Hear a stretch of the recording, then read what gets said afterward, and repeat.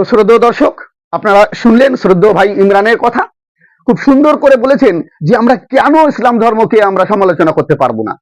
কেন আমরা ইসলাম ধর্ম কি সমালোচনার ঊর্ধ্বে? না, ঊর্ধ্বে নয়। সমালোচনা আমাদের করা প্রয়োজন প্রত্যেকেই। আমি তাপস বিশ্বাস যে পরিমাণ যেভাবে আমি বৈদিক ধর্মগ্রন্থের সমালোচনা করি, যেভাবে আপনাদের সামনে তুলে ধরি মানবতার কথা, ঠিক সেইভাবে ইসলাম ধর্ম থেকেও আমাদের তুলে ধরা প্রয়োজন মানবতার কথা। যে যে জায়গায় মানবতা বিধ্বংসী কথা আছে সেগুলোকে আমাদের লোকের সামনে তুলে ধরতে হবে। না তুলে ধরলে সাধারণ মানুষ যারা তারা জানতে পারবে না।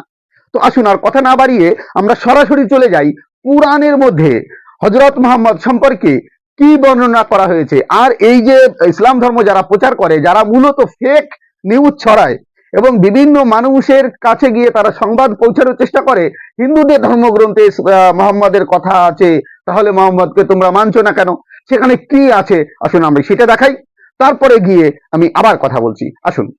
মহর্ষি কৃষ্ণ দ্বৈপায়ন বেদব্যাস বিরচিতম ভবিষ্য পুরাণম প্রথম ও দ্বিতীয় খণ্ড একত্রে, মূল সংস্কৃত ও বঙ্গ অনুবাদ সমেত, তন্ত্রজ্ঞ প্রধান পণ্ডিত প্রবর কুলাবদূতাচার্য বীরাচারী সাধক শ্রীমৎ স্বামী পরমাত্মানন্দনাথ ভৈরবগিরি কৃত অনুবাদ ও সম্পাদনা।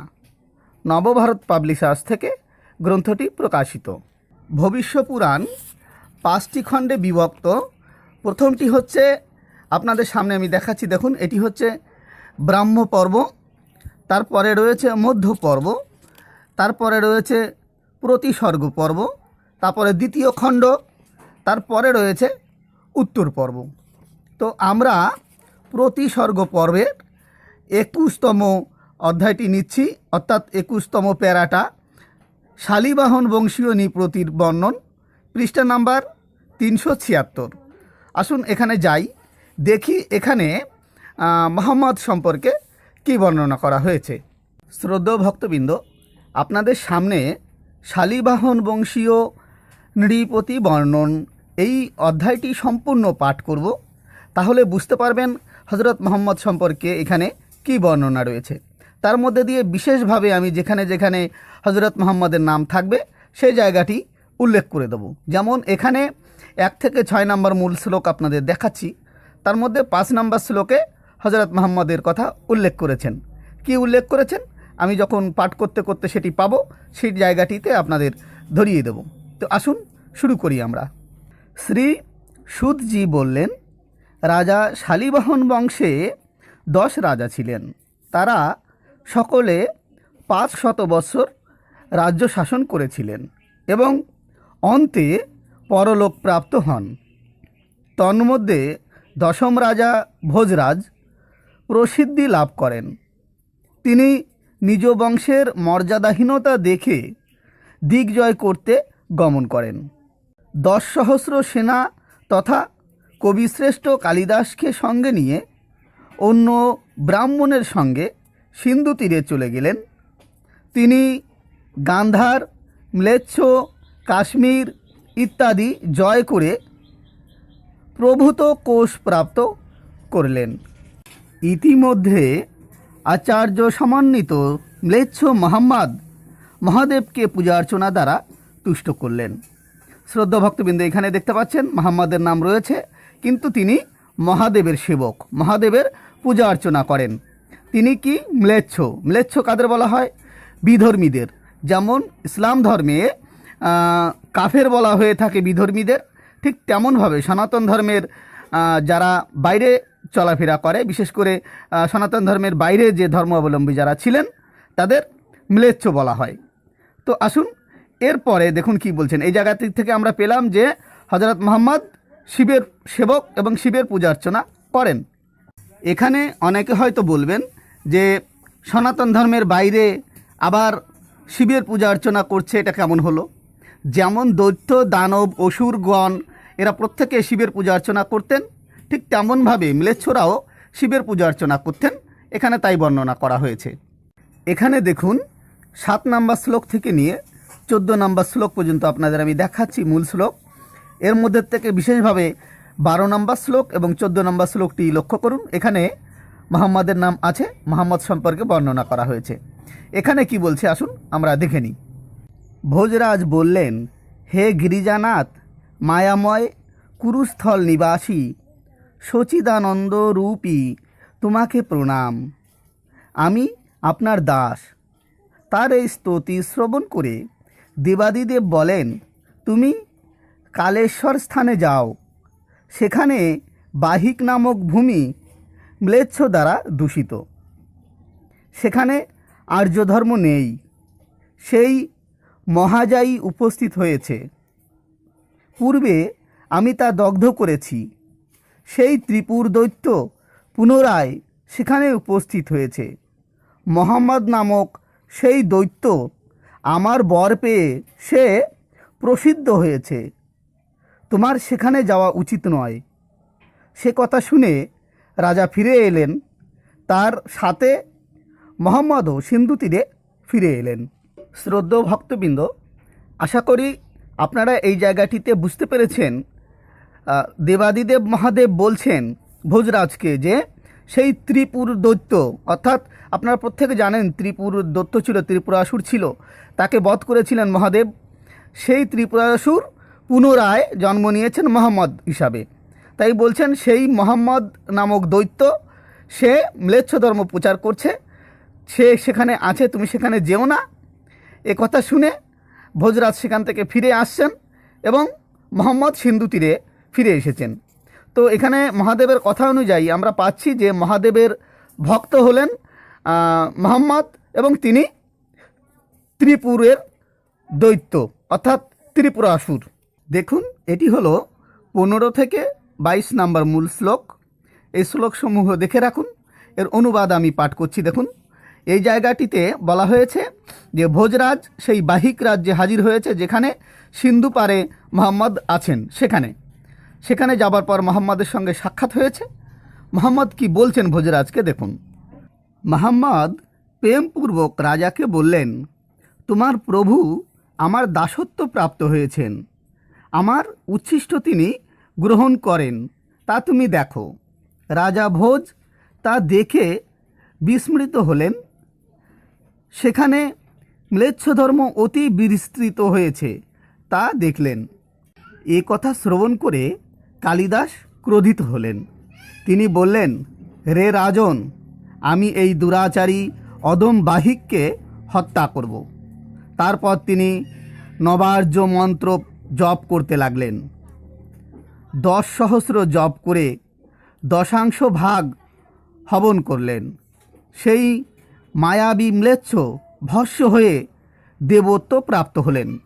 শ্রদ্ধেয় ভক্তবৃন্দ, আপনারা আশা করি বুঝতে পারলেন যে এই মোহাম্মদের ওই কথা শ্রবণ করে যে তোমার প্রভু আমার দাসত্ব গ্রহণ করেছে, আমার উচ্ছিষ্ট খায়, এই যখন বলেছেন, এই কথা শুনে ভোজরাজের সাথে যে পণ্ডিত কালিদাস এসেছিলেন সে খুব ক্রোধান্বিত হয়েছিলেন এবং তিনি নবার্য মন্ত্র পাঠ করে হবন করে কি করেছিলেন, মায়াবীকে, ওই দৈত্যকে ভস্য করে দিয়েছিলেন, অর্থাৎ মোহাম্মদকে পুড়িয়ে ছাই করে দিয়েছিলেন। আসুন এর পরে কি বর্ণিত হয়েছে সে জায়গাটি আমরা দেখি। এবার আমি একসাথে 22 নম্বর শ্লোকের অনুবাদ থেকে নিয়ে 28 নম্বর শ্লোকের অনুবাদ তুলে ধরব। এর মধ্যে আমরা পাবো মুসলমান কিভাবে সৃষ্টি হলো, মোহাম্মদ কিভাবে কি গতি ঘটলো, সমস্তই আমরা পাবো। এখানে দেখে রাখুন 2 পাতা নিয়ে রয়েছে। প্রথম 22 নম্বর শ্লোকটি এখানে লক্ষ্য করুন। এরপরে লক্ষ্য করুন 23 থেকে নিয়ে 28 নম্বর মূল শ্লোক। এর অনুবাদে আমি যাচ্ছি, একটানা আপনাদের সামনে তুলে ধরছি। কালিদাস যখন মোহাম্মদকে ভস্মীভূত করেছেন তখন তার আত্মা দেবত্ব প্রাপ্ত হয়েছে, আর তার যে ভস্মীভূত তার চেলাবেলারা মাটিতে কবর দিয়েছেন। তাই কী রূপে বর্ণনা করছেন দেখুন। ভূমধ্যে তার সেই ভস্য স্থাপিত করে বাস করতে লাগলেন। সেই মায়াবী পণ্ডিত দেবদেহ প্রাপ্ত হয়ে রাত্রে পৈশাচিক দেহ ধারণ করত। এখানে দেখুন, দেবদেহ প্রাপ্ত হয়েছে তার দিনের বেলায়, আর রাত্রেবেলায় কি করেন, তিনি পৈশাচিক দেহ ধারণ করেন। মোহাম্মদ রাত্রেবেলায় পৈশাচ হয়ে যায়, মানে পিচাস হয়।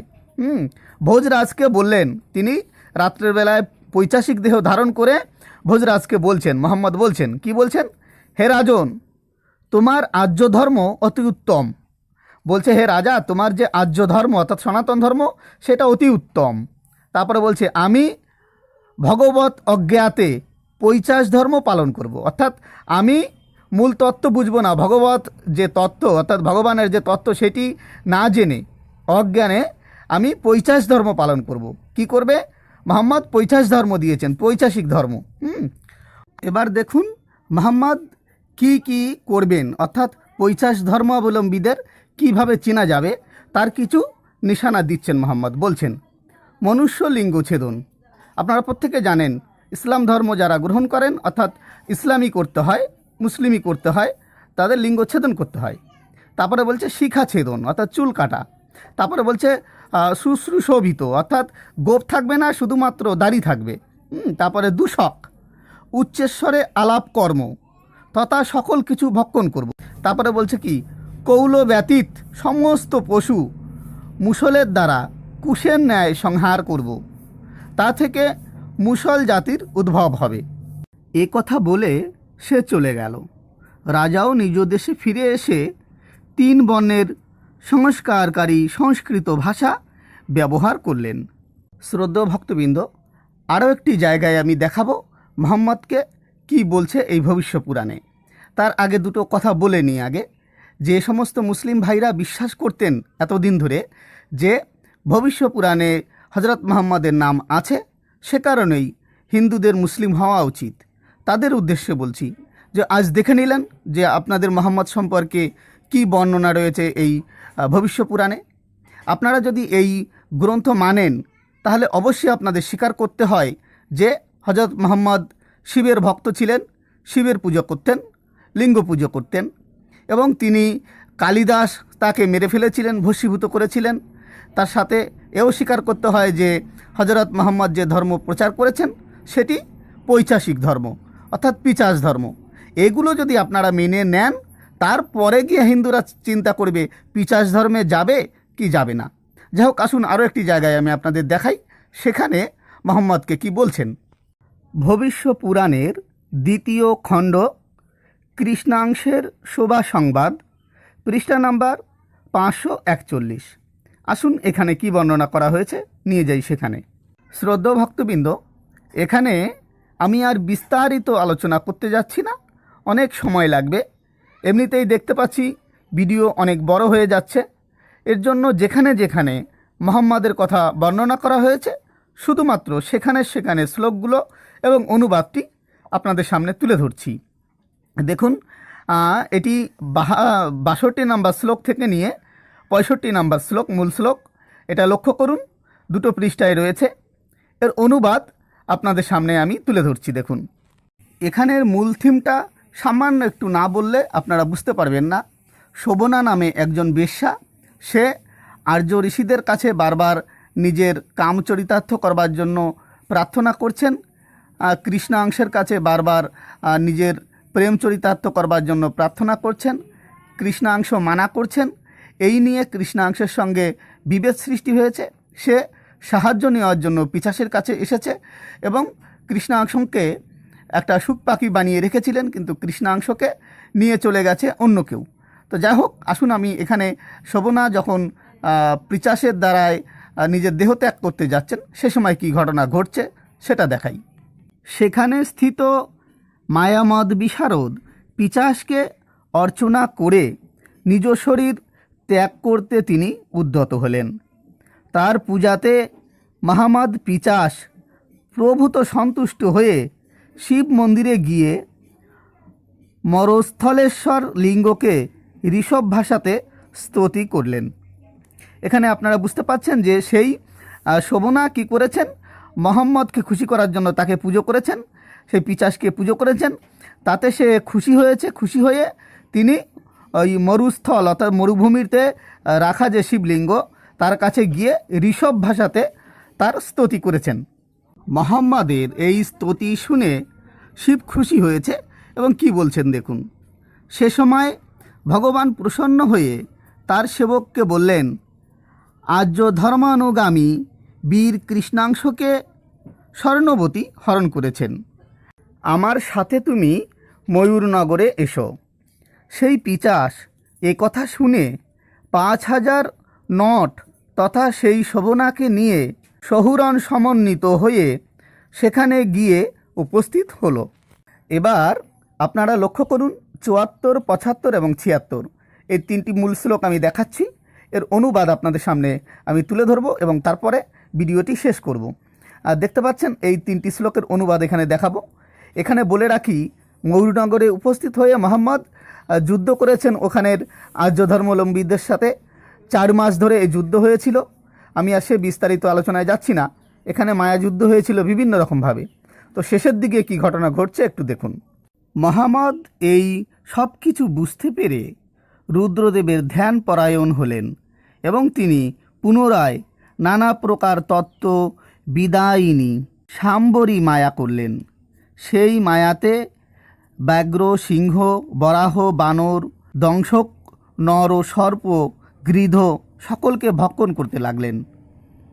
দেখুন এখানে পরিষ্কারভাবে আবার এখানে কিন্তু করলো যে সেই দৈত্যদের মতো, রাক্ষসদের মতো মায়া সৃষ্টি করে মোহাম্মদ সমস্ত পশু, নর, যা যা কিছু আছে যুদ্ধে সমস্ত কিছু তিনি খেতে লাগলেন। তারপরে বলছেন কি, পুনরায় স্বর্ণবতী দেবী কামাখ্যা দেবীর ধ্যান করে সেই ভয়কে ধ্বংসকারী সরজা মায়া সৃজন করলেন।